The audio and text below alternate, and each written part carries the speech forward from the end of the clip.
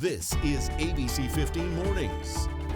No one will ever understand what we have seen and what we have been through. Healthcare workers pushed to the brink during the pandemic, why many are now opting to leave the jobs that they love. Plus, a bipartisan infrastructure bill one step closer to reality after the Senate votes to move it forward. A look at what's next. Plus, Team USA taking home the gold in women's basketball for the 7th Olympics in a row.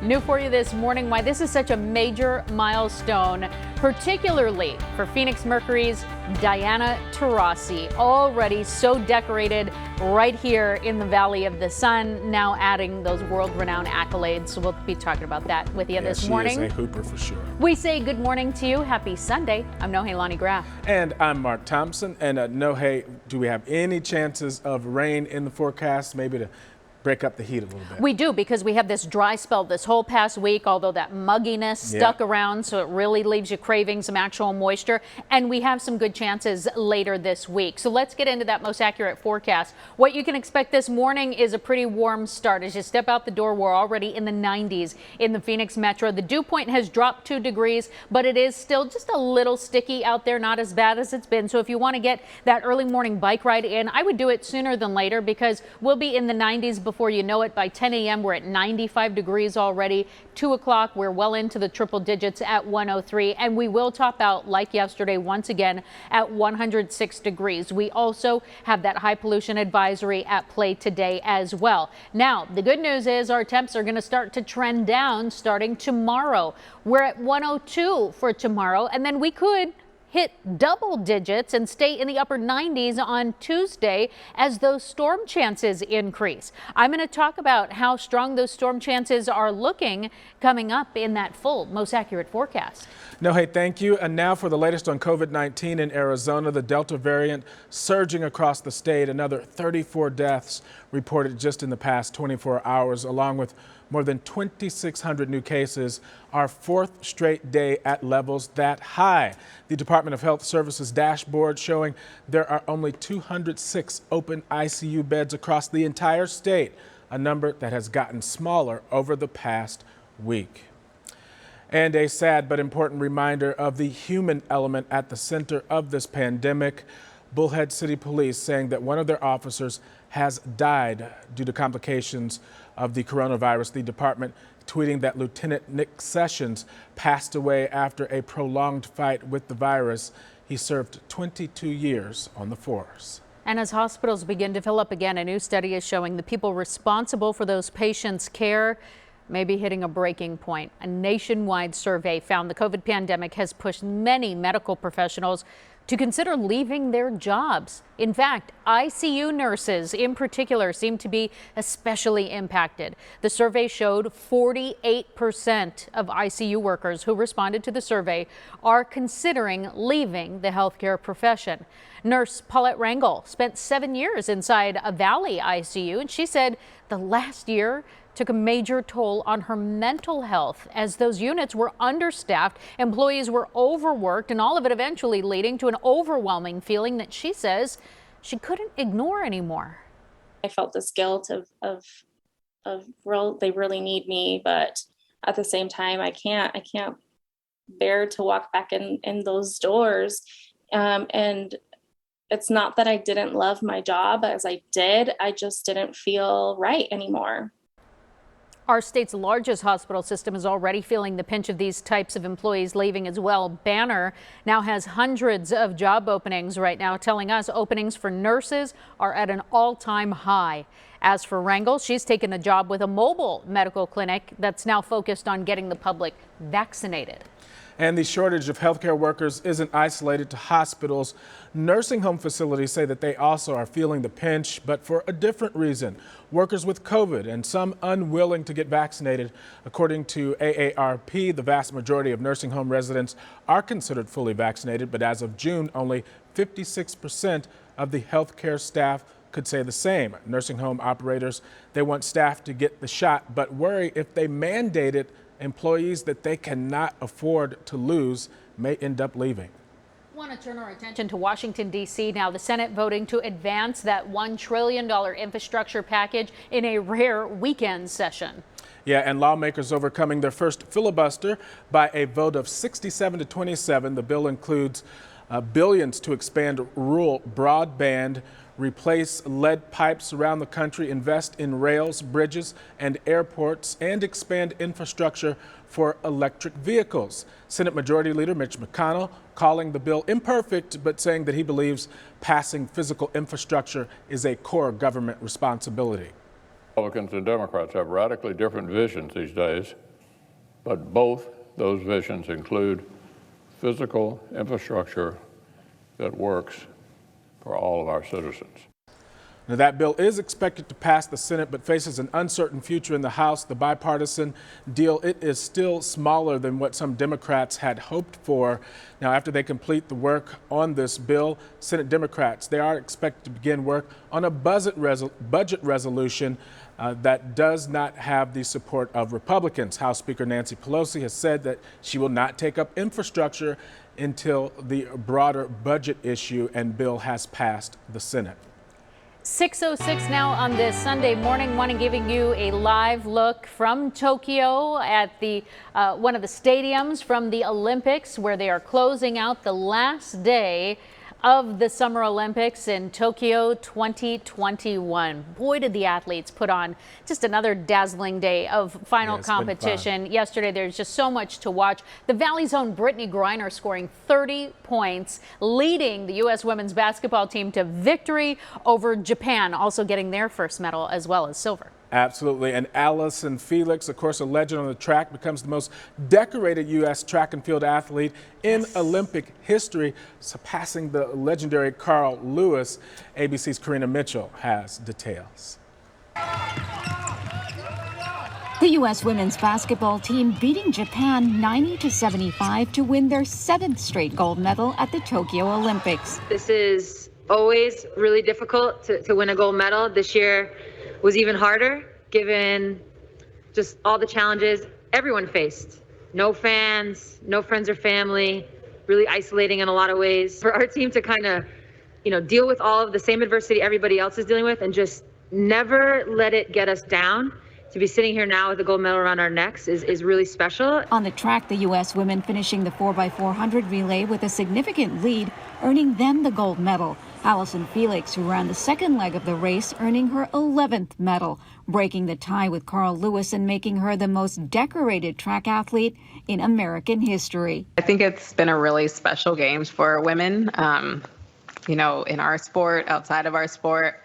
It's been really inspiring for me to see performance after performance, out there getting it done. And redemption on the track for the U.S. men after they failed to make the final of the 4x100 meter relay. In the 4x400 relay, the U.S. men claiming the gold medal. It is the 5th gold for the U.S. men in this race since 1996. The team promising more to come. When Paris 2024 comes around, there's going to be something special, brewing up. In the pool, it's a three-peat for the U.S. women's water polo team, bringing home gold for their 3rd consecutive Olympics after a 14-5 victory over Spain. Karina Mitchell, ABC News, New York. The track action was really great. I'm glad the men were able to make a comeback in the relay, too. Yeah, especially not making the 4x100. Yeah. I mean, we're always usually up there in first place or, challenging for gold in that. But, yeah, just great to see all of the stories of those athletes who worked so long for just that one brief moment and then to achieve their goals. It's really great to see. Yeah, I mean, you're watching dreams come true, and so much female power at play for Team USA this year. In particular, Phoenix Mercury's Diana Taurasi now has 5 gold medals. Yeah, making her and Sue Bird the only 2 basketball players in history to win 5 Olympic gold medals. That is fantastic. Well, an update to a story that we told you about yesterday here on ABC15 Mornings, a Valley veteran receiving a special honor thanks to some high schoolers. Staff Sergeant Jason Wink received his Purple Heart in a surprise ceremony Saturday. He was awarded the Purple Heart for his service in Iraq, but he never actually got it. Those high school students that we mentioned. They have a new YouTube series called Patriot Plates, where they find cars with veteran license plates and then ask them to share their stories about their time in service. And that's how they learned about Wink's Purple Heart situation, and they made the ceremony happen.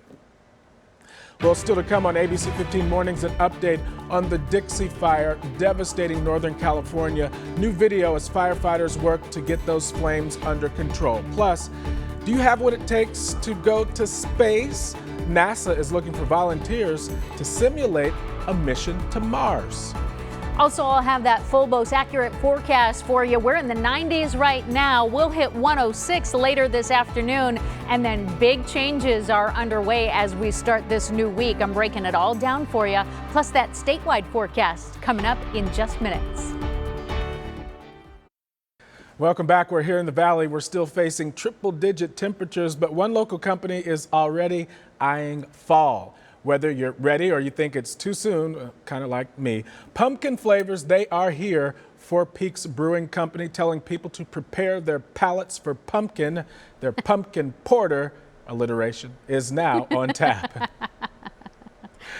I like how they got creative with their pumpkin too, just to roll it all out. So what do you think, Nohe? Ready for it or too soon? Okay, so I'm a little bit more of a purist. I need it to be fall. So we've got to at least get into September, you know, but then I'm all about it. Right. Then give me all the seasonal flavors. So you know what, though, this Valley forecast is going to call for something cold, that's for sure, at least for today. Starting you off with a live view this morning of the superstitions from our Queen Creek camera. The sun is up. It is a little hazy out there. We do have poor air quality at play once again today, so be mindful of that if you have any kind of breathing difficulties. It's also warm already to start the day. We did not cool down very much overnight. Starting to see some 90s on the board now. 91 in Tempe. We're at 90 in the Phoenix Metro. We're in the upper 80s now in Surprise, those Deer Valley neighborhoods, and Maricopa. Wickenburg hanging on to the upper 70s, one of the only spots that you'll see that. We're all going to make our way into the 90s earlier today too by 8 o'clock. We'll linger in the 90s a little longer though. At noon we'll be at 99 degrees, flirting with triple digits and then crossing over within the hour. Our breezes are also going to be pretty steady, around 5 miles an hour today, but we'll get closer to 10 miles an hour in the second half of the day, and then overnight tonight. Sustained winds around 10 miles an hour, which means we could see gusts around 15, but that'll be late tonight. In the meantime, our forecast high today. Grab something cold to drink because we'll be at 106 once again today. Similar conditions to what we saw yesterday. Still going to be just a little sticky out there as well, but we will be dry here in the valley. 106 pretty much valley wide with a few exceptions in there. 105 in Scottsdale, 103 in Anthem and Cave Creek, 104 in Queen Creek for today. Temperatures across the state right now. It's warm out to our west. We're in the mid to upper 80s already, as well to our south. Payson sitting in the 60s this morning, low 60s in Show Low. Window Rock started the day off in the mid 40s. Same temperature in the Grand Canyon, but we'll warm up into the 80s at the Grand Canyon and 90s in Window Rock. We're going to hit triple digits up in Page once again in the far northern section of our state. Hottest temperatures will be out west through the lower Colorado River Valley. Will be between 110 and 115 degrees. On the closer end of that is going to be Lake Havasu City. Extremely hot temperatures once again. It's going to be cooking out there. So please make sure that you're staying weather aware and staying cool and hydrated. To our south, 107 in Gila Bend, 105 in Casa Grande. If you're heading to Arizona Snow Bowl, know that the gondola is closed. They have a mechanical issue, but they still have a lot going on. They've got base camp and their activities for the kids, like a bungee trampoline and some log rolling. Also, if you're a disc golfer, that course is open and it is free. In the meantime, got to talk about the drought. We're still very dry across our state, but we're better than we were this time last year. Severe drought color right here, that orange, that's across the valley to our south, to our west, to our east. At least we're not in that exceptional drought. Only 6% of the state is now. Last year, it was more than half. Excuse me. And we'll get some more help from the forecast here as high pressure shifts. We've got storm chances moving in right now. Tuesday looking like our best shot for rain, and low pressure is also going to drop our temperature. So as we head into that 7-day, it starts tomorrow with a high of 102, could be as low as 99 on Tuesday with those storm chances at 50%. And then we have at least a moderate chance of rain every day after that heading into next weekend, Mark. No, hey, thank you. Well, Mondays, they're getting a little luckier. Starting August 23rd, Powerball is adding a new drawing. There will now be drawings 3 nights a week, Mondays, Wednesdays, and Saturdays. Powerball is also introducing a new game called Double Play, which gives players more chances to win in a separate drawing. NASA is looking for people to help them simulate a mission to Mars. The space agency is looking for healthy, motivated, non-smoking U.S. citizens between the ages of 30 and 55, not unlike typical astronaut candidates. But this is not an actual mission to outer space. Instead, the crew will live in a 1,700-foot module for an entire year. Participants will do science experiments, they'll practice communications with Earth, and even simulate spacewalks. NASA hopes that the lessons learned will prepare for the real-life challenges posed by future missions to Mars. Guns N' Roses firing off its first new song in over a decade. The legendary rock band releasing its new track, Absurd. According to Rolling Stones, it's a revamped version of a previous song called Silkworms. Guns N' Roses is currently touring North America through early October. And we've got a major cuteness alert, well, I guess for some. The Wildlife World Zoo sharing video of their baby capybaras. They say playing with them and paying them a visit is the perfect way to celebrate with the kids who are returning to school. Oh gosh, I don't know, to each his own, but they just look like giant rats to me. I know they're huge rodents. I just can't get down with those, man. I'm sorry. But they're cute nonetheless. Still ahead on ABC15 Mornings, keep your hard-earned money, how you can sign up to learn about the scams that are happening in your area. Plus, the Dolly Steamboat offering scenic views of Canyon Lake for nearly 40 years. In this morning's We're Open Arizona segment, why this cruise is an absolute must-see.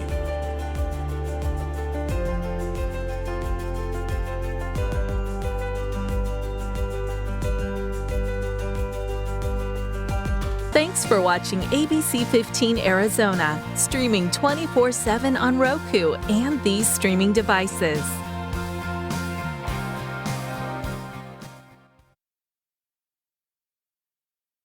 We all know if scammers see a window of opportunity, they will take it. But a new report out by AARP shows that 41% of the African American community have been scammed. So here from that organization to talk to us today is Shani Houston. Thanks so much for joining us, Shani. Thank you for having me today. You know, when a lot of people think about scams and who's most at risk, I think first and foremost, we think of senior citizens, especially if we're talking about AARP. Mhm. But with these findings in the Black community, why are they being targeted?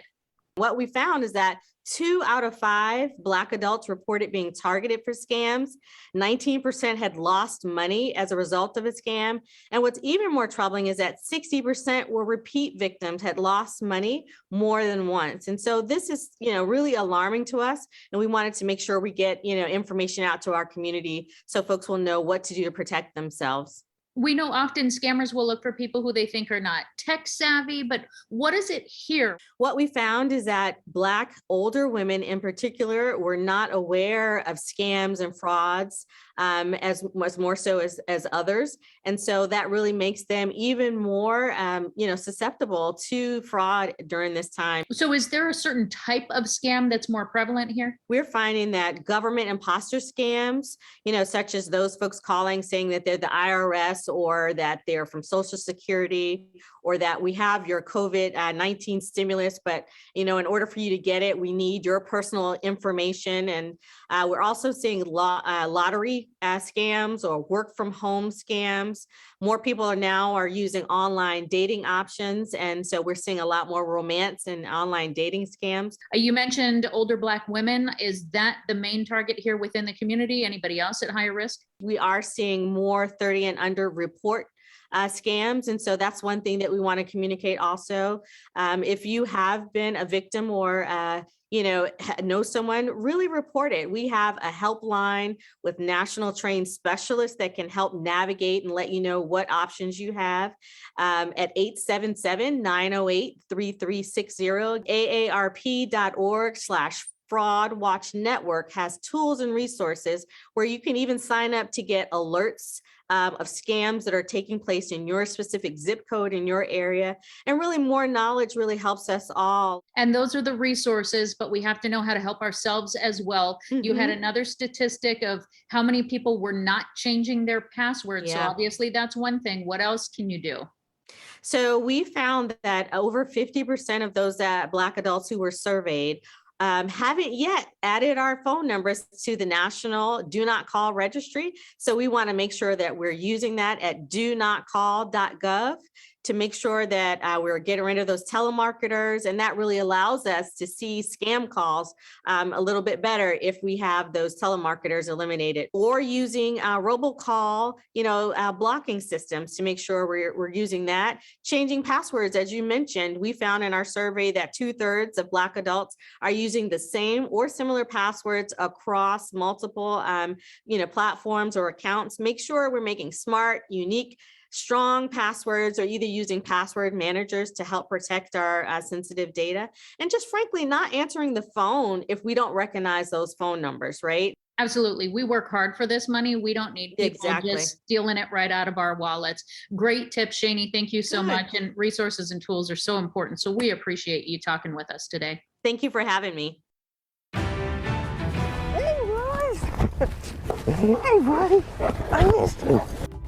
Oh man, look at that. Still ahead, an Air Force Staff Sergeant reunited with his beloved dog.